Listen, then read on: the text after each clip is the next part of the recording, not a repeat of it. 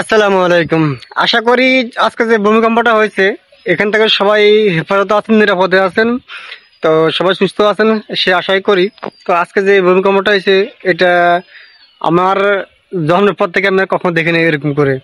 যদিও আমি ঢাকাতে আমি গ্রামে আছি, গ্রাম থেকে যেটা অনুভব করছি ঢাকা গেলে আরো বেশি করতে পারতাম। যাই হোক, তো আশা করি সবাই ভালো আছেন, সুস্থ আছেন, সেই কামনা করি।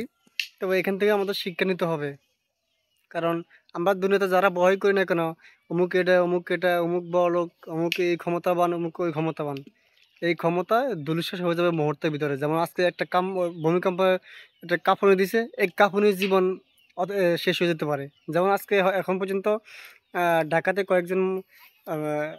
কয়েকজন নিহত হয়েছে এবং অনেকে আহত হয়েছে। নরসিংদীতে বেশি হয়েছে, যেহেতু নরসিংদীতে উৎপত্তি স্থল, সেখানে বেশি হয়েছে।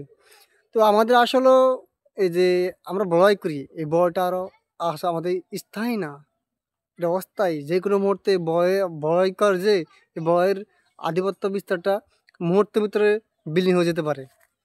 তো এটা আমাদের শিখে নিতে হবে এখান থেকে আমাদেরকে।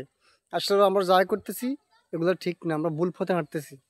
তো আমাদেরকে সঠিক পথে আসতে হবে, যে কারণ জীবন যে কোনো মুহূর্তে চলে যেতে পারে, যে কোনো মুহূর্তে। কারণ আজকে এই ভূমিকম্প এলেও তার প্রমাণ। কারণ আর আমাদের ঢাকা শহরের যে বিল্ডিংগুলোর যে অবস্থা, এর চেয়ে বেশি হয়ে গেলে, বেশি ভূমিকম্প হইলে সব মাটিতে লুটিয়ে পড়বে। যাই হোক, তো সবাই সুস্থ থাকবেন, ভালো থাকবেন, আশা করি হেফাজতে থাকবেন।